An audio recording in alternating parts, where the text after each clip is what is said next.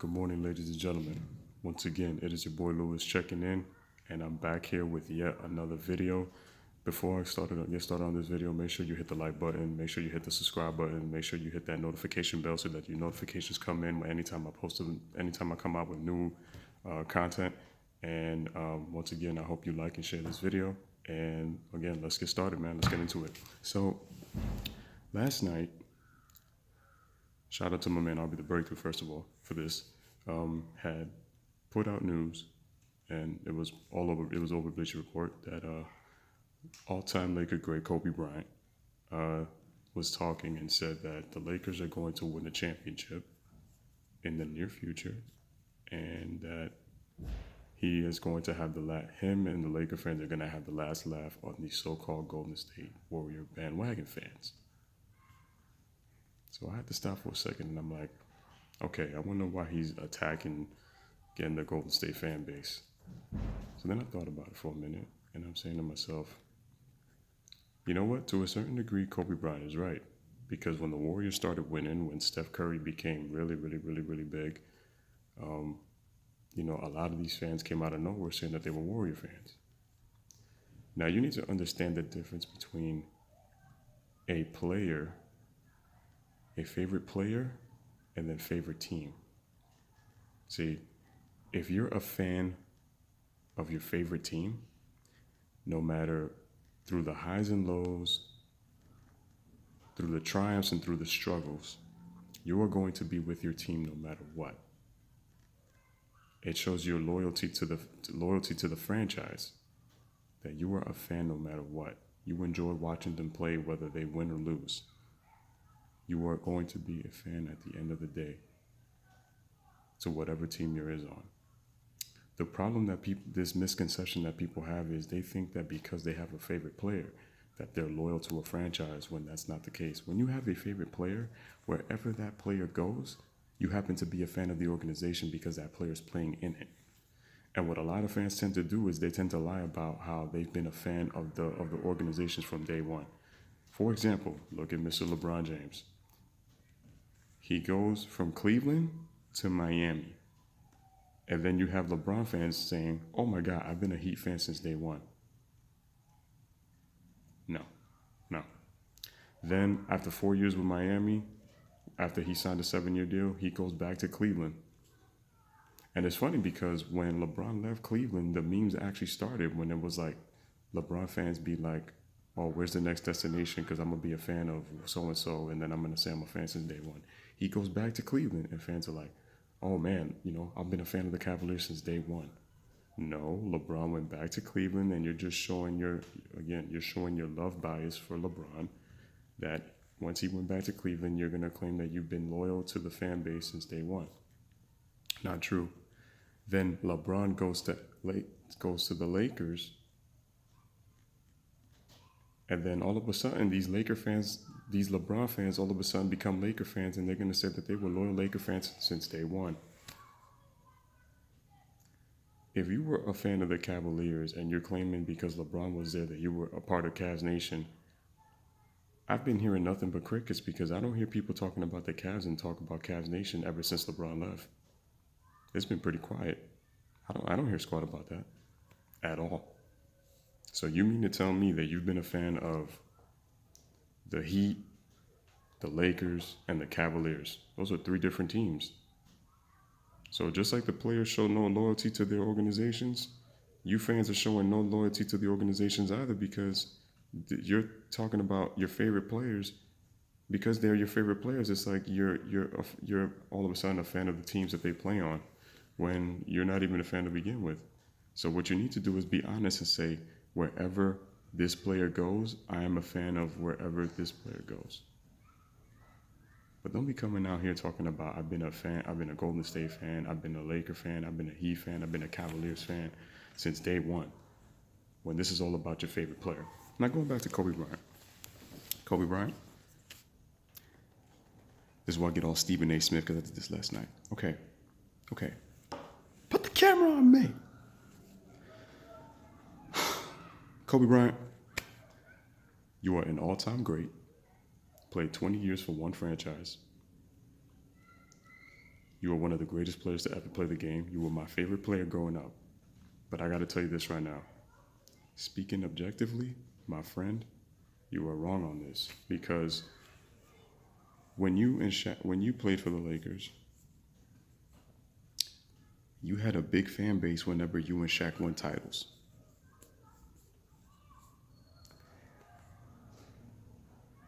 People started to follow you the more you started to play, the more you started to elevate your game. People began to become very loyal of you.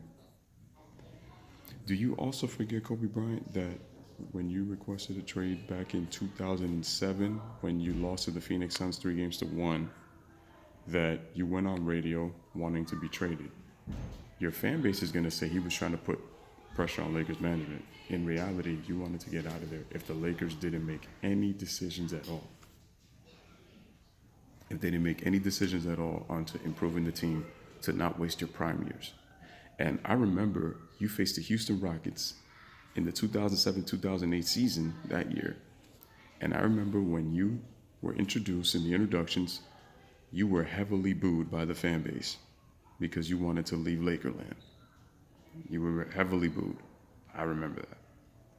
Fortunately for you, you scored 45 points on opening night, and the fans gave you a standing ovation. So in other words, you were going to lose your fan base in LA had you left. Because remember, you became public enemy number one after the rape trial. You were hated by a lot of people. So you were losing your fan base. So that's what you need to remember, Kobe Bryant. Same thing with, like I said, with LeBron, and even with these current Warriors. It's like Kevin Durant fans, all of a sudden, they became Golden State fans when he joined the Warriors and said, I've been a Warriors fan since day one. I'm going to say this right now. People in the Bay love their Warriors. They love their Warriors, so they're not bandwagoners. People who live in the Bay, I'm pretty sure, because you need to understand something. There are people in every state that are fans of other teams in the NBA because they like them. Because again, you cheer for who you like. If you love your team, you ride or die with them through thick and thin. If you have a favorite player, you ride through them for thick and thin. Again, be honest and just say, yo, wherever this guy goes, I'm just going to support him on whatever team he's on. But don't be coming out here in the comment section. Don't be coming out here blasting out to people saying, oh my God, I've been a fan since day one.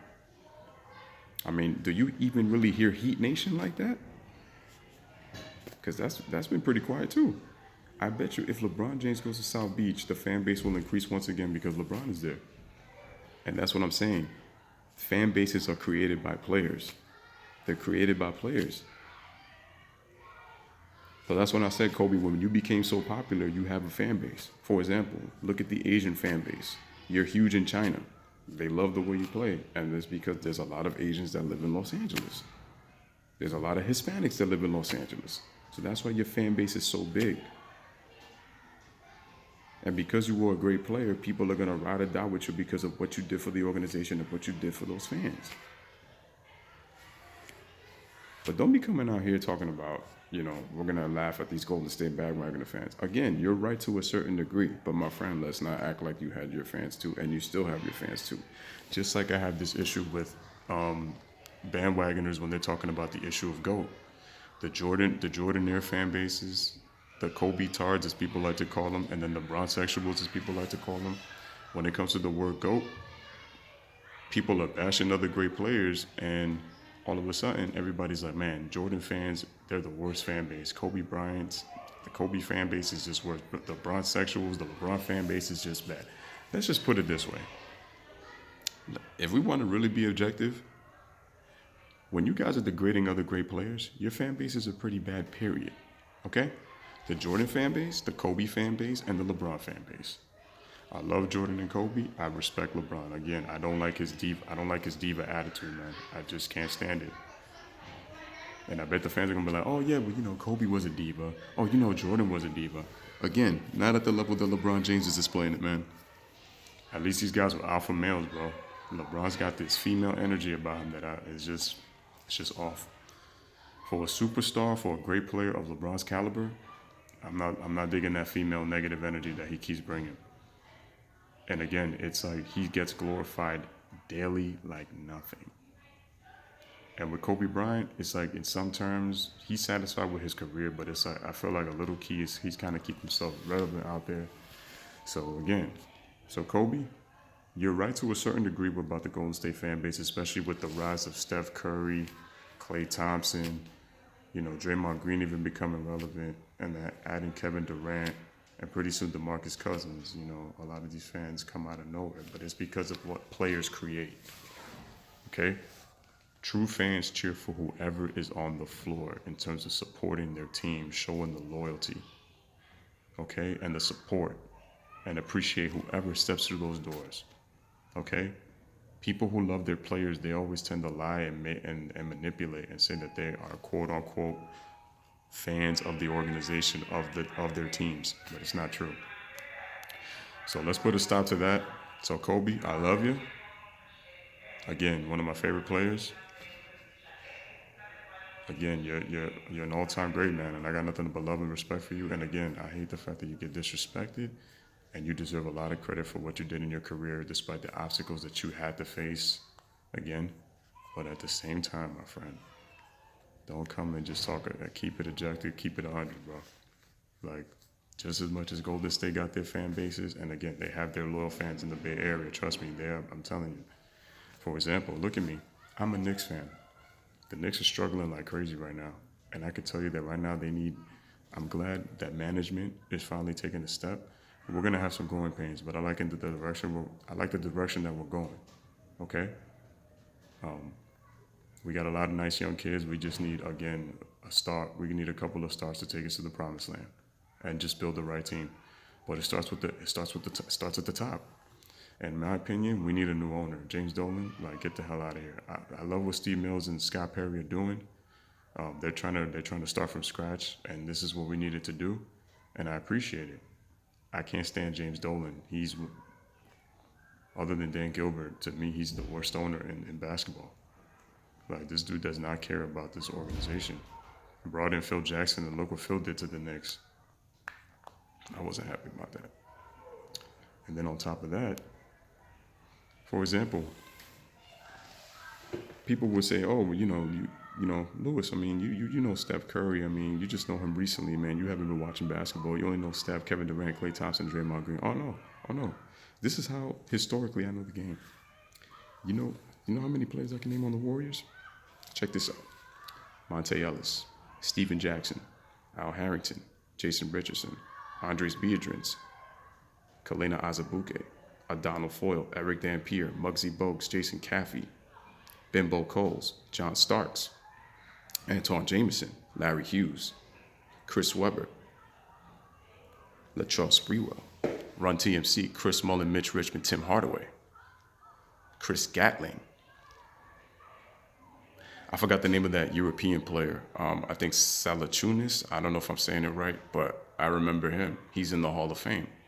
So I know him. Oh, number 1 pick, Joe Smith. I remember him.